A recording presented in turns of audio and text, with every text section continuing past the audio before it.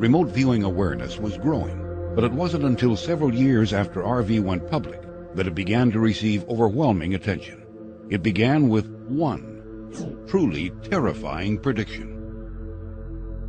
Increasingly, over the last decade, my team has broken away from our commercial projects to take a look periodically, to use our remote viewing over the horizon radar, to look out a little bit further and a little bit broader at events that are threatening to mankind.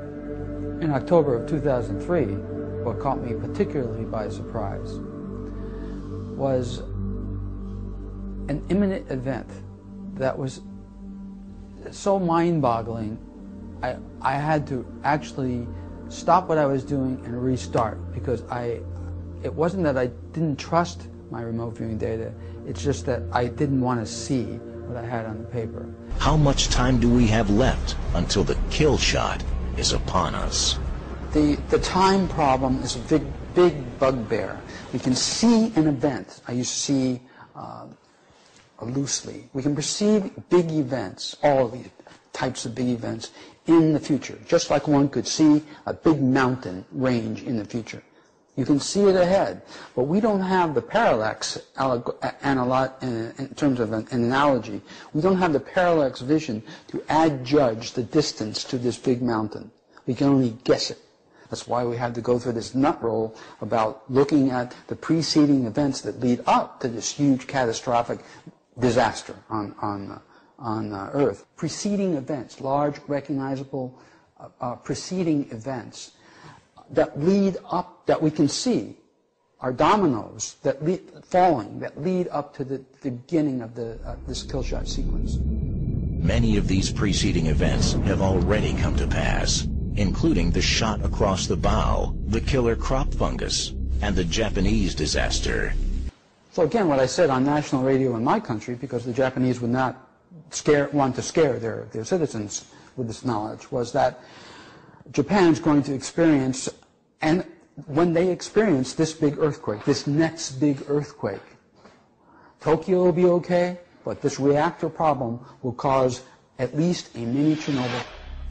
But their breeder reactor is going to break, causing essentially another Chernobyl. Ed, is that a double containment type reactor? It is, but it doesn't matter. How big an earthquake are you talking about? We're talking about a pretty big earthquake. These reactors in Japan are designed to take earthquakes up to about 7.8 without even breaking. Right. And so we're talking about a real catastrophic earthquake, a very big shaker that does not do a lot of damage to Tokyo. We know, for instance, we believe, based upon our work, and have described this for the Japanese viewing audience, the large modern skyscrapers standing. On March 11, 2011, this tragic prediction came to pass. A massive 8.9 earthquake struck off the coast of Japan, resulting in a tsunami that swept across the Japanese landscape, engulfing entire towns. Just as Ed Danes predicted, power plants were damaged, resulting in the worst nuclear disaster since Chernobyl.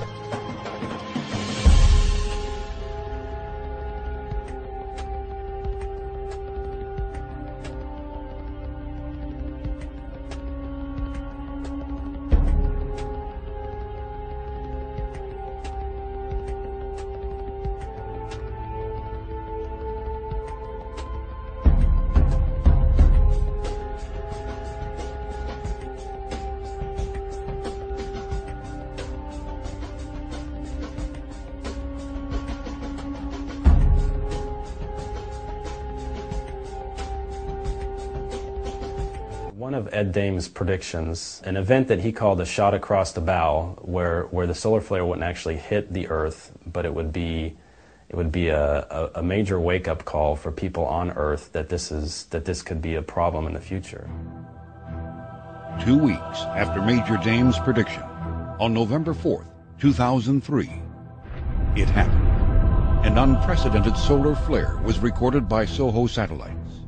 NASA estimates that it was an estimated X-45 flare, the largest in recorded modern history, and it made international news. The event was so unprecedented, it even took astrophysicists by surprise. The flare indeed shot right across the virtual bow of Earth, just as Major Dames had described. The flare passed directly across the orbital path that we take around the Sun. According to some researchers, if this particular incident occurred just 3 months later, during February of 2004, it would have ended a great portion of life, changing the world as we know it. Solar physicists were chewing their nails because they were very, very concerned that the Sun had been very quiet for so long, and this was not predictable. And so because it was not predicted, it did not follow the solar cycle, they were afraid that the Sun might be doing something erratic. And that's when we began to see in the press and the news all these warnings about what major solar flares would do to the planet, to communications, to power grids, etc. And then in the last few months, we've seen that the Sun's been relatively quiet. And now the scientists are saying, well, maybe the Sun is going into a long period, years of quiescence. It's going to quiet down, and that's what we're seeing. And that might create global cooling. That may be why there's been the storms, snowstorms have been so severe, because the Sun's quieter and not as active. Folks, it's the calm before the storm. It is the calm before the storm. A solar flare that could have caused a catastrophic electromagnetic pulse, or EMP, barely missed Earth about 2 weeks ago, according to a former member of the Congressional EMP Threat Commission. Peter Vincent Fry, who served on that commission from 2001 to 2008, said that the event, called a coronal mass ejection, could have inflicted damage comparable to the 1859 Carrington flare, which was so severe that it caused telegraph lines in Europe and North America to melt. NASA did a study and its findings are now out.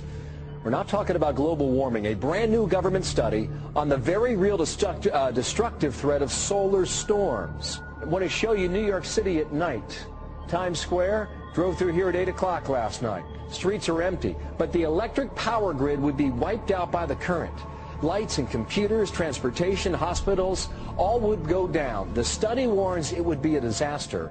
Joining me now is F. Michael Maloof, former security policy analyst in the Office of the Secretary of Defense and author of the book A Nation Forsaken, EMP, the Escalating Threat of an American Catastrophe. Michael, welcome. Thank you. Just to define terms, electromagnetic pulse? Yeah, it's an intense burst of electromagnetic particles that come descending on down and can absolutely destroy all of our electronics if they're unprotected. Isn't, back in the 80s, the northeastern power grid shut down one day and nobody knew why, and it turned out later it was a bunch of particles coming from the sun, as I recall. Yeah. Isn't that a kind of a mini example of EMP? Well, we have a mini EMP could be from a solar burst. We're now going through one of our most intense periods, 11-year cycle of the sun, and NASA has raised all kinds of concerns about that, especially if we were to get a direct hit. Wow. And that's basically, it comes out of a sunspot, and so it's like the sun is blowing it out somewhere in that 360 degrees, and if we happen to wander through that. Exactly. If it comes from approximately the middle of the sun, it could result in a direct hit on Earth. Some of these solar flares can be 2 to 3 times larger than the Earth itself. Wow. And what would it do? It will fry your electronics. You see, the United States is a technology-based society, whether it's our internet, our telecommunications. We have very critical infrastructures. They're all dependent upon electronics. You've said that a cyber 9/11 is not an if, but a when. What would a cyber 9/11 look like, and how soon could it happen? It could happen imminently. What would it look like? It could take many forms, but let me just give one that may come to mind, which is what happens when the electric grid goes down.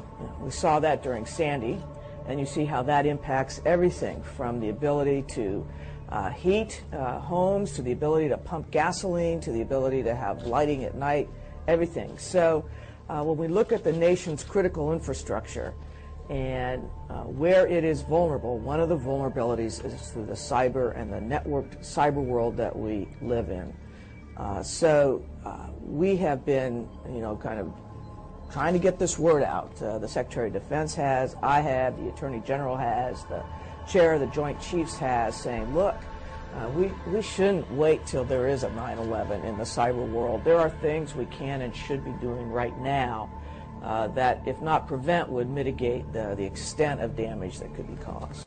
But what else do viewers foresee coming over the horizon? We picked up the use of a nuclear weapon on the Korean Peninsula by the North Koreans, and this event would be one of the last events that humans recognize before the kill shot sequence begins.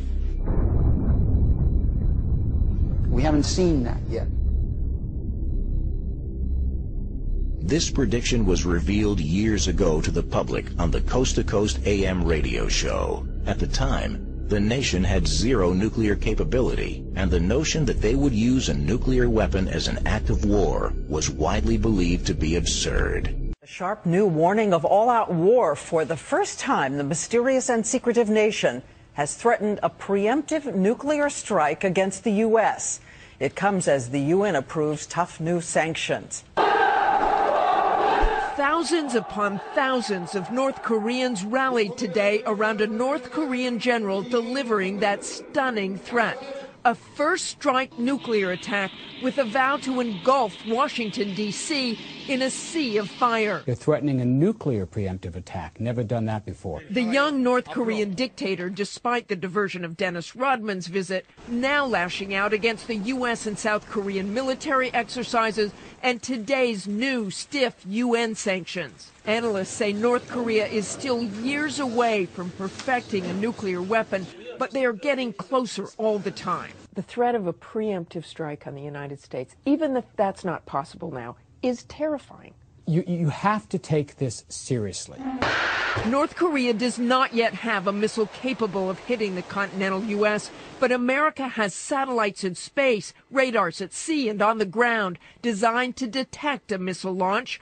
Then dozens of intercepting missiles could be fired from California or Alaska to take out enemy missiles, even nuclear ones, before they reach America. But the system is far from foolproof. However, the most immediate threat tonight from North Korea is far more conventional. They could fire on South Korea, America's ally, like they've done before. But there is another event that remote viewers fear the most, a sign that the kill shot is imminent. What would be that final recognizable event just prior to the kill shot sequence? The best that we could come up with, pushing ahead, the best that we could come up with was what appeared to be a space shuttle being forced down by what appears to be a meteor shower or something like that. It's expected to be one of the biggest cosmic events we have seen in decades, the so-called comet of the century. Photographed by the Hubble telescope, scientists say the head of that comet about 3,000 miles wide, the tail more than 57,000 miles long. The center area, called the nucleus, is 3 to 4 miles across. That's big. It was discovered by a Russian amateur astronomer last September. They've been watching it ever since. And Tariq Malik is the managing editor of Space.com, back with us in studio. Good morning to you. Where's she going? Well, it's basically out kind of beyond Jupiter right now. It's coming in to the inner solar system. It's going to swing around the sun. It's going to flare up, hopefully be one of the brightest things we've seen in the night sky. So it's not coming near the planet Earth? It will be nearest Earth after it swings past the sun in December. Still millions of miles away, no threat to our I got you. Okay, so that's taken care of. Yeah. I'm reading through your comments here, Tariq. You say most promising, unpredictable, But promising yet again? Yes. In what sense is it promising? Well, this promises to be the brightest comet we've seen in the night sky in years, if possibly even decades. That's why NASA, other scientists are calling it the comet of the century. They don't know if it will perform. They don't want to basically say it's going to happen, and then something happens with the comet on the way in. It breaks apart. It fizzles out. It burns up by the sun. That could happen. So if it survives that pass through the sun in November, then on Thanksgiving night, we could see something. So we have some time to watch this thing still. We'll remind you as the date gets closer so you can stock up on snacks and beverages, but a comet is coming, a big and brilliant comet arriving in November 2013. It could potentially be 15 times brighter than the moon and visible in broad daylight over the U.S. Regardless of how long it is, that period between this shuttle event and the beginning of the kill shot sequence, we know as viewers, and I personally viewed this particular event a number of times because it's so powerful, that all of these warring parties that we see on the planet, all these many wars, that on the ground, all of these soldiers look up in the sky. They all look up. So something is happening in the sky. In fact, there's probably unprecedented atmospheric effects that in a recorded history, perhaps an unrecorded history, there's been events like this, but nothing in recorded history. Something happens in the atmosphere that has not been seen before, because all these soldiers are looking up, and then they go home. Their priorities change. They go home. So that's when it starts. It's still very far away. It'll get brighter in the night sky soon. It'll be this summer, maybe visible to the naked eye. Really? Yeah. Okay, so we don't need a telescope? We don't need Hubble? We can go in our backyards and watch this? That's the best thing about this. Starting in September, leading all the way up to Christmas, it should be an amazing night sky sight. Its tail, long now, could stretch across the night sky if it. What would we see if it behaves and acts the way you expect it to? Well, if it flares up, it would start out as a bright kind of fuzzy speck in the night sky. As it gets closer and closer to the sun in November, it would just get bigger. The tail would sweep out, possibly covering much of the sky. It could be brighter than the full moon at night, and it just could be just an awesome experience. It'd be really cool to watch, though. I mean, this could be quite spectacular. This to me is probably the sky watching event of the year. Well, let's hope it lives up to its title. And there shall be signs in the sun, and in the moon, and in the stars, and upon the earth distress of nations with perplexity, the sea and the waves roaring. Whole new meaning on that song lyric, Black Hole Sun. Scientists at NASA have given us some amazing images, and they've discovered there's actually an enormous dark hole over our sun. What you're seeing is, this is 3.5 million degree plasma erupting from the surface of the sun. This part that's missing, the reason it's dark, is that whole chunk of the sun basically ripped off, blew out, and is coming our way at about 2 million miles an hour. Our way? Our way. Comets have the ability to affect the energy output of the sun. When that happens, we then get severe weather on Earth.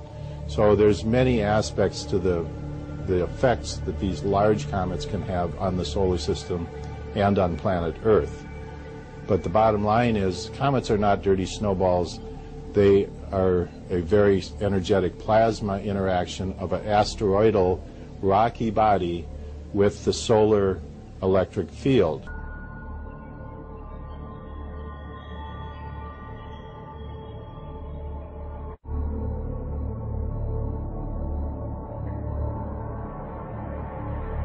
We are only one act of madness away from a social cataclysm, unlike anything our country has ever known. EMP is one of a small number of threats that could hold at risk the continued existence of U.S. civil society. I want to think of that as a hurricane in space. Just one violent active region on the sun can cause essentially continent-wide, perhaps even planetary scale impacts to our critical infrastructure. The likelihood of a severe geomagnetic event capable of crippling our electric grid is 100%.